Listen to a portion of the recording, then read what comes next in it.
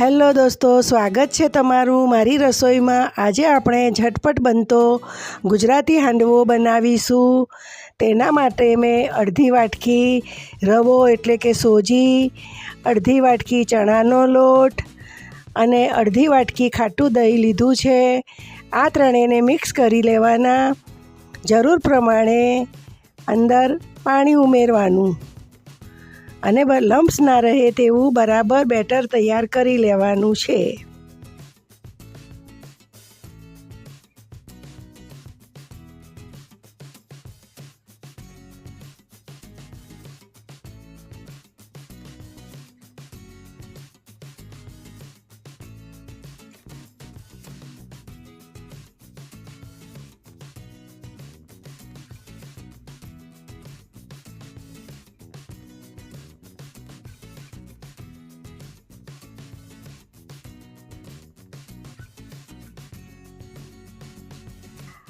તૈયાર થયેલા બેટરને 15 થી 30 મિનિટ સેટ થવા રાખવાનું છે।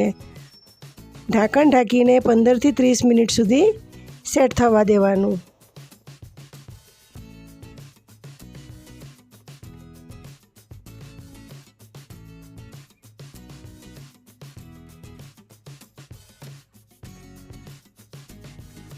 હવે તેમાં હાંડવામાં નાખવા માટે દૂધી, રેગ્યુલર મસાલા, ખાંડ, રાઈ, તલ અને ઈનો પાવડરનું સેસે લીધું છે। દૂધીને છોલીને આવી રીતે છીણ બનાવી લીધી છે। 30 મિનિટ થઈ જાય એટલે છીણેલી દૂધી બેટરમાં નાખવાની।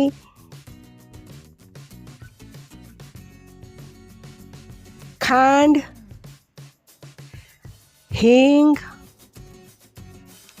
શેકેલા જીરાનો પાવડર, ધાણા પાવડર, લાલ મરચું, હળદર, સ્વાદ પ્રમાણે મીઠું, આદુ મરચાં લસણની પેસ્ટ 1 ચમચી અને થોડું તેલ ઉમેરવાનું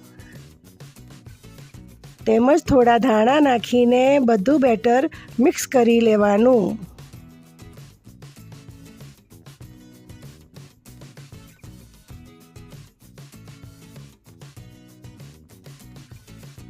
મસાલા બેટર સાથે બરાબર મિક્સ કરી દેવાના, બરાબર હલાવી લેવાનું બધું અને ખીરું તૈયાર કરી દેવાનું।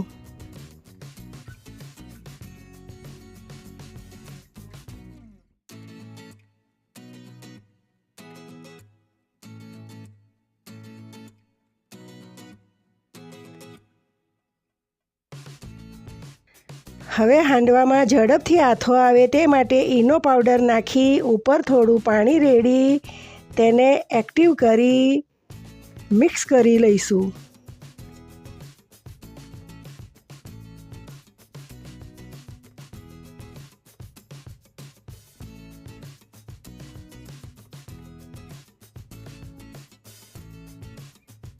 ગેસ પર જાડા તળિયાની કઢાઈ મૂકી તેમાં 2 ચમચી જેવું તેલ નાખી તેલ ગરમ થાય એટલે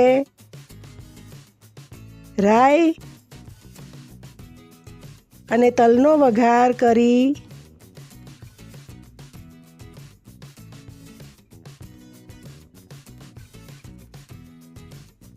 બનાવેલું ખીરું પાથરીશું। ઢાંકણ ઢાંકી ધીમા તાપે થવા દઈશું।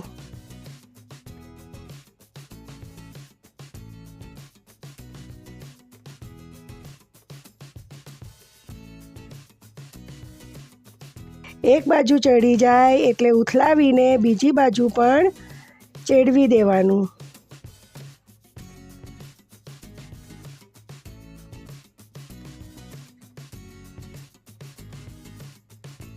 બંને બાજુ સરસ એવું ચડી જાય એટલે ઉતારી લેવાનું। આ હાંડવો ચા જોડે સરસ લાગે છે। ઝટપટ તૈયાર થતો દૂધીનો હાંડવો।